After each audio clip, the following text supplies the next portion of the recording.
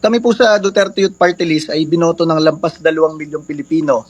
At nakita namin, kahit yung ating mga pulis at sundalo sa local absentee voting, ang pinakamalaking boto po nila, Duterte Youth Party List. Ang ating po mga OFW sa iba't ibang bansa, Amerika man yan, Middle East, Hong Kong, and everywhere, Duterte Youth Party List po ang binoto. Ibig sabihin, napakaraming Pilipino po, OFW man yan, pulis o sundalo man yan, ay nagtitiwala sa Duterte Youth Party List. Ngayon po, hindi kami makaupo sa Kongreso, kami ibinoto. Alam nyo, ito yung warning ko dyan sa Kongreso, warning ko sa gobyerno, warning ko sa COMELEC. Alam nyo, kami sa Duterte Youth Party List, ang aming advokasya lamang talaga ay labanan yung recruitment ng ating mga kabataan papuntang NPA. Ayaw namin masayang ang buhay nila. Kaya nga po ang aming nominees, isa galing UP, isa galing Philippine Military Academy, isa galing Philippine National Police Academy. Hindi nyo pinapaupo. Yung proklamasyon namin kahapon, itinigil nyo. Alam nyo, sa tagal natin sa gobyerno, alam natin yung napakaraming kalokohan sa Kongreso at sa COMELEC kung paano gumagawa ng pera dyan.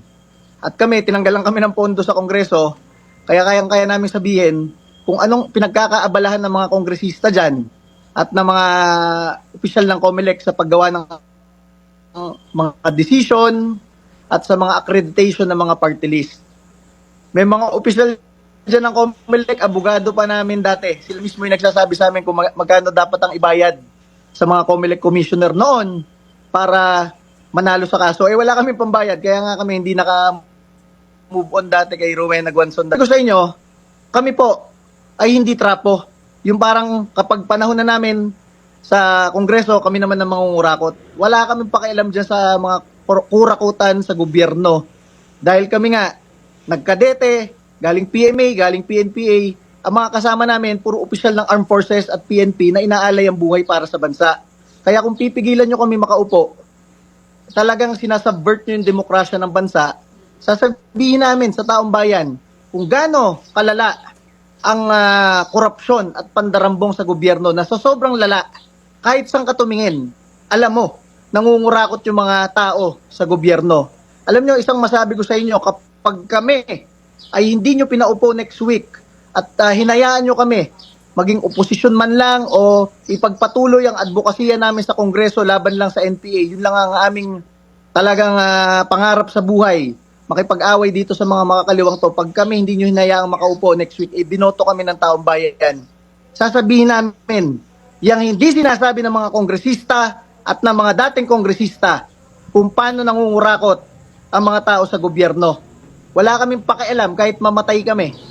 Dahil yan naman talaga ang pangarap namin sa buhay dati, mamatay para sa bansa bilang sundalo, bilang pulis. Eh ngayon, ibinoto kami ng 2 milyong Pilipino, ayaw nyo kaming paupuin.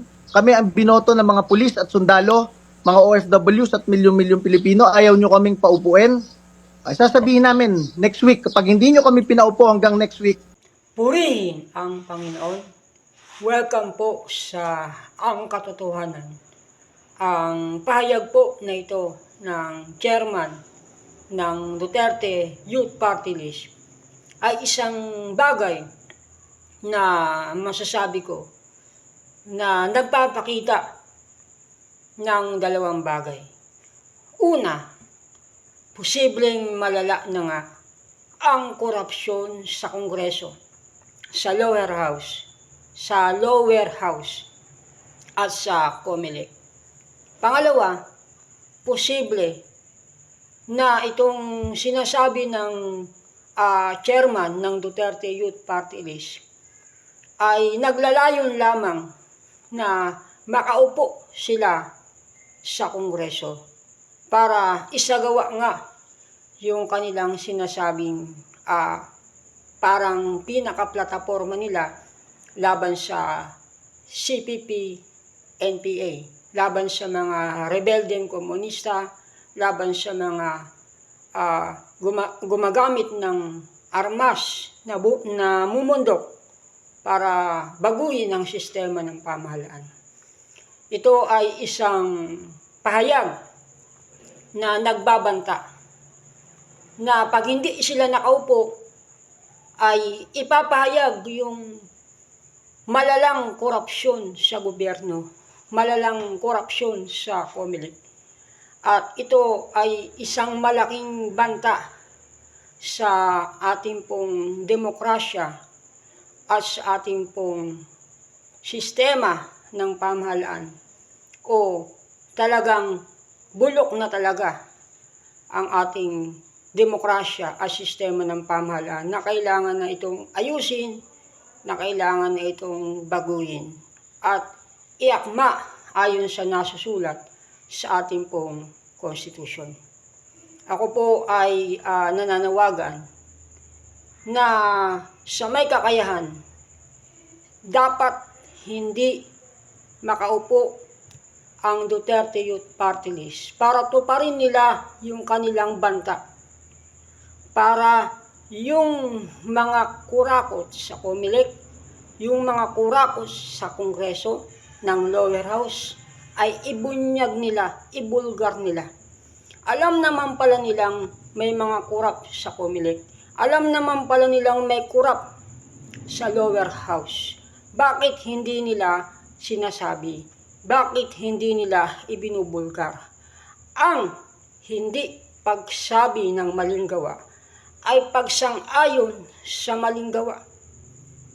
Bakit nila inililihim yung alam nila na korupsyon? Bakit nila ngayon lang sinasabi na alam nila? May kondisyon pa sila para hindi nila sabihin. Malinaw na ang Duterte Youth Party List ay may alam na nangyayaring korupsyon sa lower house at sa COMELEC na hindi nila sinasabi at hindi nila sasabihin kung papaupuin sila sa Kongreso. Malinaw na isa itong betrayal of public trust at dapat hindi paupuin ang Duterte Youth Party List para lahat ng mga kurakot sa Kongreso, lahat ng mga kurakot sa COMELEC mabulgar, mahayag. Sa makakapanood po ng video ito, ako po, kung may kakayahan ka, manawagan tayo. Huwag paupuin ang Duterte Youth Party List dahil ang kanilang pagsasabi na hindi nila sasabihin yung kanilang nalalamang korupsyon pag nakaupo sila ay isang betrayal of public trust. Yung kanilang sinasabi na ibubulgar nila ang korupsyon ng gobyerno kapag hindi sila pinaupo ay isang betrayal of public trust. Isang hayagang pag-amin na alam nila ang korupsyon, hindi nila sinasabi. Traidor ang Duterte Youth Party List.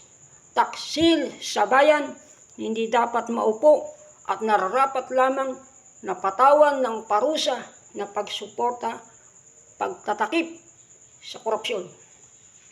Hindi nararapat maupo ang Duterte Youth Party List. Kung paupuin ng COMELEC ang Duterte Youth Party List, malinaw na totoo ang akusasyon nila. Nakurakot ang COMELEC, nakurap ang lower house. Mga minamahal na kaibigan, dapat po tayong manindigan para sa katotohanan. Hayag na pinagtaksilan ng Duterte Youth Party List ang ating bansa sa pamamagitan ng paglilihim ng nagaganap na korupsyon at kanilang ililihim, dapat kung hindi sila pinigilang pinaupo. Pero dahil pinigilan silang makaupo, sinasabi nila, ihayag nila yung korupsyon, ihayag nila yung mga kalokohan ng COMELEC at Kongreso. Ang labas nito, ginagawa nilang panakot.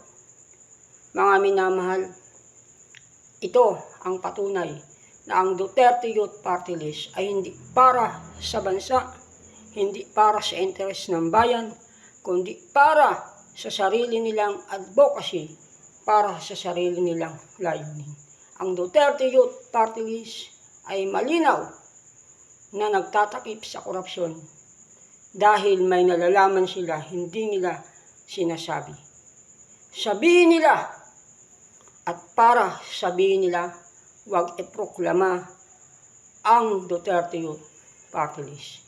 Kung hindi nila sasabihin, hayag na sila ay hindi sa bayan.